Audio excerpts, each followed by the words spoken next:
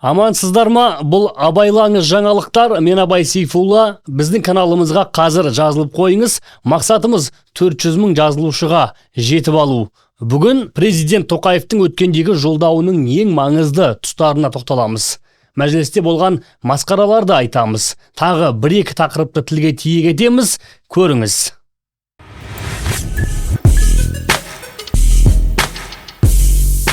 Күллі ел болып көрген, талқылаған президенттің жолдауы арналған парламенттің бірлескен отырысына біз де барғанбыз.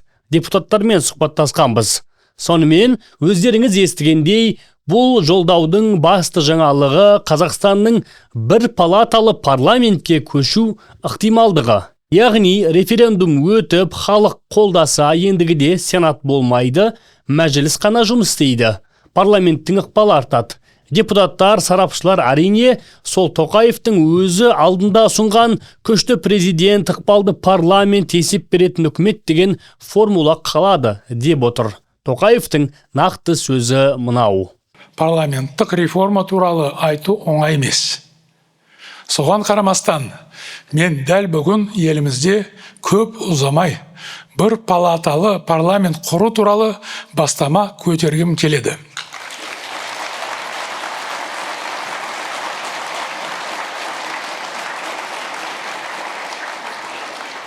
Бірден айтайын, бұл өте маңызды мәселе. Оны асығыс жүзеге асыруға болмайды. Бұл реформа азаматтық секторда сарапшылар ортасында. Сондай-ақ, әрине қазіргі парламентте жан-жақты талқылану қажет. Реформаның мән маңызы айрықша екенін ескерсек, оны талқылауға 1 жыл уақыт керек деп ойлаймын. Содан кейін, яғни 2027 жылы жалпы ұлттық референдум өткізуге болар еді. Содан соң Конституцияға тиісті өзгеріс енгізе аламыз. 2027 жылы референдум өтеді. Егер жұртшылық «я» деп дауыс беретін болса, Конституция өзгереді. Содан кейін ғана парламенттік сайлау болады. Ал оған дейін мәжілісте, сенатта өз жұмысын дәл бүгінгідей жалғастырады. Қасым-Жомарт Тоқаев, мен саяси технологияға салып, реформаны аяқ асты жариялап жіберуіме болушы еді. Бірақ халыққа бәрін ашық айтып, партияларға жаңа сайлауға дайындыққа уақыт бергім келді дейді. Сонда қазір сайлауға дайындық жүргізуге бір немесе 1,5 жылдай уақыт қалып отыр. Негізі саяси бәсеке үшін соншалықты көп уақыт емес. Әрине, басым дауыспен Аманат партиясы жаңа парламенттен көп орын алатын шығар. Бұл жолы депутаттардың саны да көбірек болуы ықтимал. Ендігі ретте бір палаталы парламент Тоқаевқа не үшін керек деген сауал туып отыр. Заңды ғой. Сарапшылардың болжамы әртүрлі. Біздің назарымыз Азаттық радиосына сұхбат берген саясаттанушы Досым Сәтбаевтың пікіріне ауды. Әрине, саясаттанушымен толық келісеміз дей алмаймын. Дегенмен оқшау ойда болуы қажет. Оның болжамынша реформа Тоқаевтың билікте отыру уақытын ұзартуға жасалған алғышарт болуы ықтимал. Не болмаса, парламент төрағасын президенттен кейінгі екінші тұлға етіп, билігін күшейту жолы дейді ол. Яғни, бұл билік транзитіне, яғни президенттің ауысу кезеңіне, тіпті билікке таласқа дайындық деп бағалайды Сәтбаев. 2022 жылғы қаңтар оқиғасынан кейін билік бақылау мен қысымды күшейтіп, билік транзитіне дайындалып жатқанын байқап отырмыз. Тіпті бір палаталы парламент құру туралы шешімді де осы саясаттың контекстінде қарастыру керек деп айтқан Досым Сәтбаев. Бұрынғы сенатор Уәлихан Қайсаров парламенттің құзыреті кеңейгесін Тоқаевтың өзі соған төраға болуы ықтимал деп соққан. 2027 жылы референдум өтіп, мерзімнен тыс сайлауда Тоқаев парламент төрағасы болып, бүкіл өкіметтің де саяси партиялардың да тізгінін қолына алып, өзін қудалаудан толық қорғайтын кепілдік иеленіп, ал президенттікке өзіне жағымды, өзі таңдаған, өзі тағайындаған бір адамды өткізуі мүмкін. Егер оған дейін денсаулығы сыр бермесе, Тоқаев Аманат партиясын басқарып, парламент төрағасы өзі болады. Тіпті ол жағдайда Конституцияға Қазақстан президенттік емес, парламенттік республика болсын деген өзгерту енгізуі де ықтимал деп ойлаймын, деген ол Азаттық радиосына сұхбат беріп. Иә, осылай Уәлихан Қайсаров біраз жерге барып қалыпты. Солай деген күннің өзінде Тоқаевтың өз сөзін естен шығармауымыз қажет. Конституцияға 2 жыл бұрын енгізген өзгеріске сәйкес президент 7 жылға бір рет сайланады. Яғни Тоқаевтың өкілеттігі 2029 жылы аяқталады. Жаңағыдай Қайсаров, Сәтбаев сияқты саясаттанушылар сөзді сан-саққа жүгіртетіні сөзсіз еді. Сондықтан президент қауесетті осы жерден тоқтатты. Ақордада шетелдік қонақтармен кездесуде бұл реформа саяси жүйеміздің институционалды базасын нығайтуды көздейді. Парламенттік республикаға айналу мәселесі күн тәртібінде тұрған жоқ. Күшті президент, ықпалды парламент, есеп беретін үкімет қағидаты сақталады деп шорт кесті, нүктесін қойды. Болды. Сондықтан аяқ асты парламенттік республика болып кетуіміз өте қиын нәрсе. Президент биліктегі бірінші тұлға болып қала береді, ал Тоқаев биліктен кеткесін қайда баратыны басы ашық сұрақ. Жолдауға, реформаларға қатысты сол жуырда тарайтын Сенаттың төрағасы Мәулен Әшімбаевтың өзі де ойын жеткізген. Оның сөзінше, Сенат өзінің тарихи миссиясын лайықты орындады. Ендігі сұрақ заң қабылдайтын жаңа құрылымның қандай болатынында. Жаңа парламентті ішінде сондай бір тетіктер, механизмдер болу керек. Тексеретін, соның бәрін қарап отыратын. Ол қалай болады, қалай жұмыс істейді, оны ақылдасу керек. Ол үшін 1 жыл беріліп отыр ғой. Сондықтан заңдардың сапасы өте маңызды мәселе. Енді өздеріңіз де білесіздер, біз енді қарап, салық кодексі болсын, басқа кодекстерге байланысты өзіміздің пікірімізді айтып, үкіметке айтып, қайтарып жаттық ондай құжаттарды. Сондықтан бұның барлығы біз енді өзіміздің бір әлеуетімізді көрсету үшін емес, біз сол заңдардың сапасы үшін сондай шешімдерге бардық. Ары қарайда жаңа парламентте сондай енді заңдардың жоғары сапасы қамтамасыз етілу үшін енді бір тетіктер болу керек шығар. Ол қалай болады, оны ақылдасу қажет. Расын айтқанда, Қазақстан деңгейіндегі сарапшылар әзірге мардымды ештеме айтпаған. Себебі референдумда халыққа қандай сауал ұсынылады, қандай партиялар жаңа парламентке өтеді, жаңа парламенттің құзыреті кей сұрақтарда президенттің өзіне тежеуіш болуға жете ме, аса маңызды мәселелерде президентпен де келіспей қоятын қуатқа ие парламент құра аламыз ба? Жаңа сайлауға дейін қатарға Аманат, Ақ жол, Коммунистік партия, яғни Халық партиясы, Республика, ОСДП, ауыл партияларынан басқа тәуелсіз партиялар тіркеліп сайлауға қатыса ала ма? Қазір біздің білетініміз жаңа партиялардан тек республика ғана мәжілістен бірнеше орын алып жұмыс істеп жатыр. Егер партиялар арасында шын бәсеке орын алса, жаңа парламенттегі бақталастық жайында да ойлауға болады. Тағы бір назар аударатын жағдай, халық референдумда дауыс беретін болса, ендігі сайлауда бір мандатты жүйе жойылады. Соңғы мәжіліс сайлауында әр өңірден бір депутатты халық сайлап еді. Бір палаталы парламент депутаттарды бұрынғыдай тек партия тізімімен өткізбек, яғни сіз тек қана партияға дауыс бере аласыз. Кей саясаттанушылар бұл өзгеріске де билік халық сайлаған депутаттарды ыңғайсыз деп тапты. Оларға тәуелсіз депутаттар керек емес екен деп комментарий беріп жатыр. Біз осы мәжілістің құрамына бір мандатты округтен өткен депутаттар соншалықты қолайсыздық тудырды, радикалды ойлар айтты дей алмас едік. Қайта Тоқаев көтерген бастамаларды барынша қолдады, заңдардың қабылдануына атсалысты. Жұмыс істегендері көп болды, белсенді болды. Олар кімдер? Олар Ермұрат Бапи, Бақытжан Базарбек, Абзал Құспан, Еділ Жаңбыршин, Болатбек Алиев, Лұқбек Тұмашинов, Ардақ Назаров, Дәулет Мұқаев, Дәулет Тұрлықанов, Нұртай Сабильянов, Данияр Қасқарауов, жалпы барлығы 29 депутат. Біз есімдері белгілі танымалдарын айттық. Алматының халқы сайлаған Ермұрат Бапидің өзі келесі жаңа парламентке мықты бір партияның тізімі қатарында өтуге дайын сияқты. Бірақ цирктік қойылымдар болса, ондайға ақыласым жоқ дейді. Ермұрат Бапи парламентте халықтың жеткізу үшін партияға кіруге дайын ба? Егерде мен өзім жалпы Қазақстанда транзиттік қоғам деп есептеймін ғой.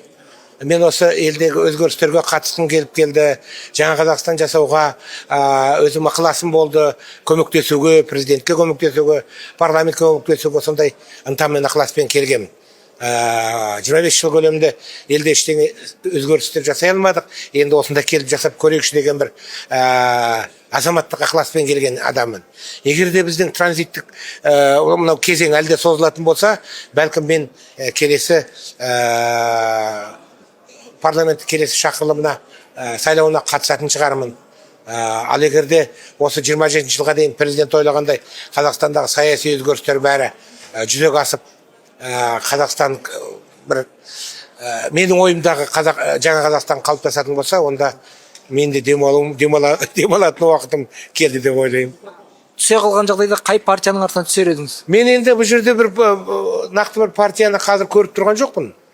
Негізінде парламенттегі партия бұл халықтың мүддесіндегі партия болу керек қой. Елдің мүддесін ашық, анық, тұрақты және табанды қорғайтын кез келген партияға мен мүше болуға дайынмын. Бірақ жаңағы ойындарға саяси, әлде бір жаңағы цирктік, клоундық қойылымдарға мен олардың бірге қатыса алмаймын. Бірақ негізінде мен өзім қазір байқап жүріп, аманатта қазір биліктің партиясы дегенмен, ол да оның ішінде де үлкен мықты азаматтар бар. Жұмыс топтар кезінде мен оларды көріп жүрмін, қандай халықтық, елдік мүдде үшін жаңа қандай қырқысатындарына дейін көріп жүрмін. Сондықтан дәл қазір жағдайда ана партия мына партия дейтін емес. Жалпы осы 2 жылдың көлемінде бізде елде енді партиялық жүйені қалыптастырудың жұмысы жүргізіледі деп айтты ғой жаңа президент өзінің жолдауында. Ол тек қана партиялық парламентті қалыптастырудың келісіген айтылған жоқ, соған дайындық. Халықты партиялық жүйеге тартудың жұмыстары жүргізіледі деген тұрғыда айтылды. Осы тұрғыдан келгенде мен ойлаймын, әлде бірнеше партия құрылуы мүмкін. Тағы да сол тартыстың негізінде іріктеліп кеп, осы бір енді ол бірден қалыптаспайды, жуық бір 10-15 жылдың көлемінде Қазақстанда бір 3-4 партиялы негізгі саяси күш болады деп ойлаймын. Ардақ, мәжіліске келгелі, картопты жарғаннан басқа не бітіргенін білмейміз. Бәлкім сіз білетін боларсыз, білсеңіз жазыңыз. Ренжімесін, кешегі пленарлық отырыстағы сөзі халықтың күлкісін келтірді. Елдіктің сөзі айтылар жерде анасын туған күнімен құттықтады. Басқа депутаттар маңызды сауал көтеріп еді, Назаров бүкіл назарды өзіне бұрып әкетті. Өзгелерге обал жасады, қиянат істеді. Құрметті Дания Мәдиқызы, осында отырған барлық азаматтардың артында әлемнің жарығын сыйлаған аналары тұр. Менің анашымның бүгін туған күні еді, 70 жасқа толып отыр. Құттықтау рұқсат етсеңіз. Қадірлі анашым, сізді туған күніңізбен шын жүректен құттықтаймын. Сіздің мейірімге толы жүрегіңізге және жүзіңізден төгілген нұрға шомылып өстім. Анашым, әкетайым екеуіңіз құстың қос қанатындай мәңгі бірге болып, Құдай бере салған немерелеріңіздің қызығын көріңіздер. Анашым, мен сізді қатты жақсы көрем. Сіздің алдыңызда басым дейім, баршаңыз аналарыңыз аман болсын. Мұндай қылықты бірен-саран азаматтар болмаса, көпшілік теріс қабылдады. Назар аударатын мәселе, Ардақ Назаровқа сөз тиген кезде залда мәжіліс төрағасы Ерлан Қошанов болған жоқ. Ол 2 сағаттан кейін шығып кеткен. Назаров рұқсатты орынбасар Дания Еспаевадан сұрады. Ол рұқсат немесе рұқсат емес деп айтып үлгермеген сияқты. Ардақ бірден бастап кеткен. Бәрі аңтарылып қалған. Кейін өзі осы арқылы аналарға құрмет көрсеттім. Түркістан облысындағы әкесін ұрған адамның фонында осылай істедім деп түлкі бұланға салды. Ешкім сенбейді онысына. Рас өтірігін білмейміз, ертең медиа деп аталатын ақпараттық ресурс мәжілістегі бір топ депутат Ардақ Назаровпен жабық форматта әңгімелесуді жоспарлап отыр деген ақпарат жазыпты. Депутат Ардақ Назаровтың пленарлық отырыста анасына құттықтау жолдауы парламент қабырғасында бұрыннан қайнап жатқан ішкі қайшылықтың қақпағын ашып жіберді. Назаровтың мінберді жеке басының қуанышымен шатастырып алуы бірқатар әріптестің жынына тиген. Депутаттық корпустағы ықпалды топ Назаровтың әрекеті парламенттік беделге үлкен сын екенін бетпе-бет жеткізу үшін жабық кездесу өткізуді жоспарлады. Ерлан Жақанұлы орынбасарларына депутаттық мәлімдемелердің тәртібін қатаң қадағалауды, жеке сипаттағы мәлімдемеге мүлде жол бермеуді тапсырған. Спикер мұндай әрекеттің мәжілісті халық алдында ұсақтатып, мемлекеттік институт ретіндегі салмағын кемітіп, депутаттық корпусқа деген халық сеніміне көлеңке түсіреді деп алаңдайды делінген ертең медиа хабарламасында. Бір нәрсе анық, 2027 жылғы жаңа парламентте өзгелер болса да, Ардақ Назаров болмауы керек. Ол мықты спортшы, жақсы лектор, бірақ депутат ретінде қажет емес кадр. Жаңа парламенттің жырын сіздерге әлі айта жатармыз. Талқылауға баға беруге бір жыл уақыт бар. Мен жолдаудағы Тоқаевтың айтқан қарапайым жұрт үшін тағы бір маңызды тақырыбын қаузайын. Ол халыққа әлеуметтік көмек. Президенттің сөзінен түсінгеніміз, мемлекеттік бюджеттен әлеуметтік осал топтарға бөлінетін қаржыда қазір есеп жоқ. Қазынаның көбі соған кетеді. Бұл өз кезегінде масылдықтар тұрады. Оның үстіне жол бикелер азаматтарды миллионмен декретке шығарып берем, АСП шығартып берем, тағысын тағы мемлекеттік көмектер алып берем деп алаяқтыққа баулай бастаған. Ақша алу үшін өтірік ажырасу көбейген. Мұның бәрі мемлекет басшысына ұнамайды. Тағы бір тыңдайықшы, негізі қатты айтқан. Искусственно раздутые социальные льготы – это отвлечение огромных средств от реального развития, а именно от строительства школ, больниц, транспортной инфраструктуры и многого другого. В свое время наши социальщики придумали новую категорию, подлежащую льготным выплатам – неполные семьи. В результате резко выросло количество разводов. По этому показателю мы даже в свое время вошли в группу мировых антилидеров. Таких примеров немало. Мы сами поощряем лень и иждивенчество. А зачем работать, когда можно получать выплаты, в том числе адресную социальную помощь, чуть ли не на каждого члена семьи?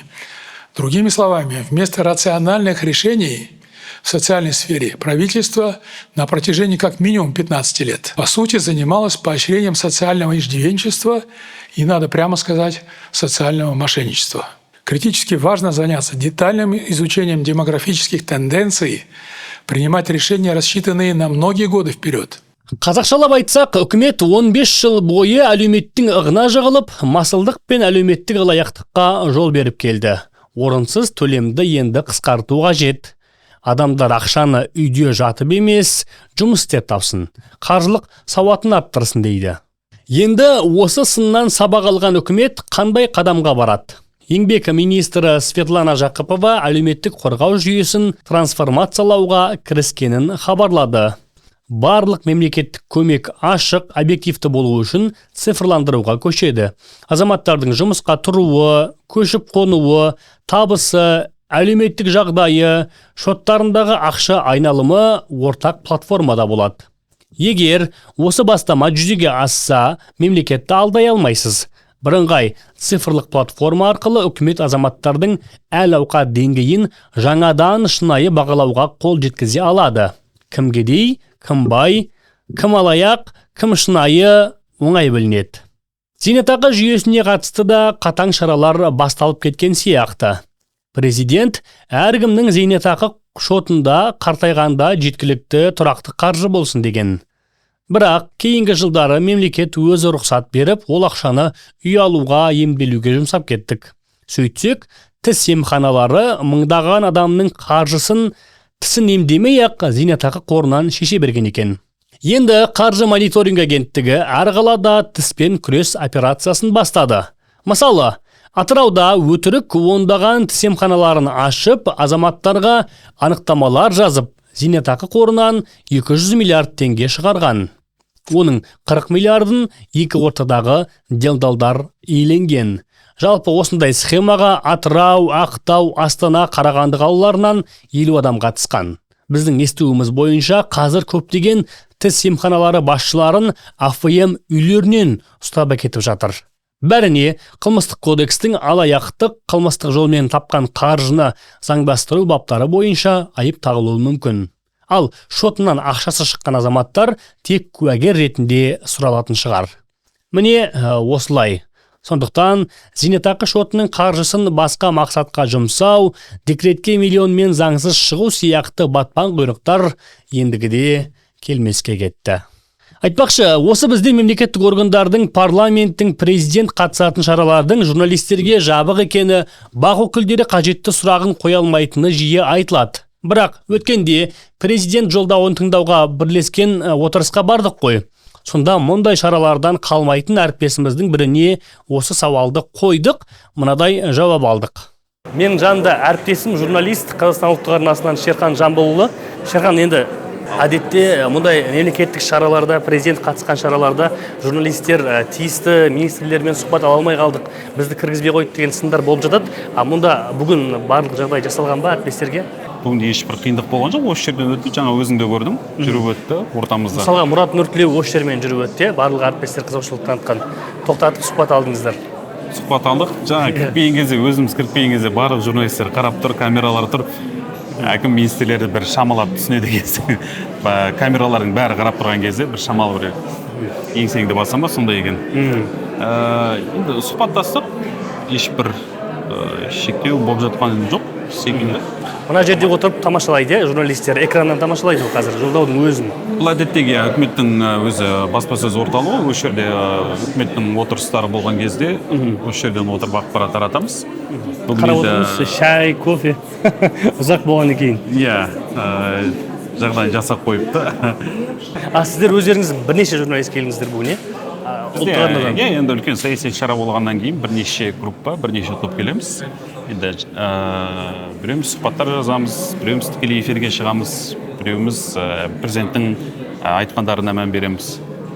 Жан-жақты ақпараттандыруға тырысамыз. Жақсы, Шерхан, рахмет. Тамаша.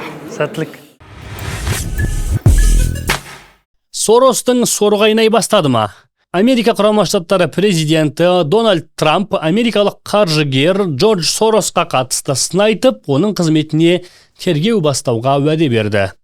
Трамптың пікірінше, Сорос елдегі наразылықтар мен жаппай тәртіпсіздіктерді ұйымдастыруға қатысты болуы мүмкін. Трамп бұл тақырыпты бірінші рет көтеріп отырған жоқ. 27 тамызда ол Соросты және оның ұлын зорлық-зомбылықпен өткен наразылықтарды қолдады деп айыптап, жауапқа тартуды талап еткен еді. Біз енді бұлардың Американы бөлшектеуіне жол бермейміз. Сорос және оның психопаттар тобы біздің елімізге орасан зор зиян тигізді деп жазды ол True Social әлеуметтік желісіндегі парақшасында. Джордж Сорос деген кім? Ол америкалық қаржыгер, миллиардер және филантроп. Көп мемлекеттерде демократия, адам құқықтары, білім беру және азаматтық қоғамды қолдаумен байланысты жобаларды қаржыландыратын Open Society Foundations қоры арқылы танымал. Сорос консервативті саясаткерлер мен оңшыл қозғалыстар тарапынан жиі сынға ұшырайды. Оны либералдық бастамаларды қолдау, халықаралық саясатқа әсер ету және түрлі елдердің ішкі істеріне араласу бағытында айыптайды. Сорос құрылымдары Трамптың саясатына қарсы шыққан белсенділер мен үкіметтік емес ұйымдарды қаржылай қолдайды. Сондықтан консерваторлар Соростың ақштағы жаппай наразылық акцияларына әсер еткеніне, араласқанына көмектескеніне сенімді. Біз неге бұл туралы айтып отырмыз? Себебі Сорос қоры кешеге дейін Қазақстанда да аса танымал болды. Елде 1995 жылдан бері Сорос Қазақстан қоры жұмыс істеп, білім беру, денсаулық сақтау, адам құқықтары және азаматтық қоғамды қолдау сияқты жүздеген жобаларды жүзеге асырған. Дегенмен, қордың қызметі ақыр соңында күдік тудырды. Қоғамның және саясаткерлердің бір бөлігі оның бағдарламалары батыс құндылықтарын насихаттауға және ішкі саясатымызға араласуға бағытталған деп айыптады. Сондықтан 2022 жылы Қазақстанда қор ұйым басшылығының шешімімен жабылып тынды.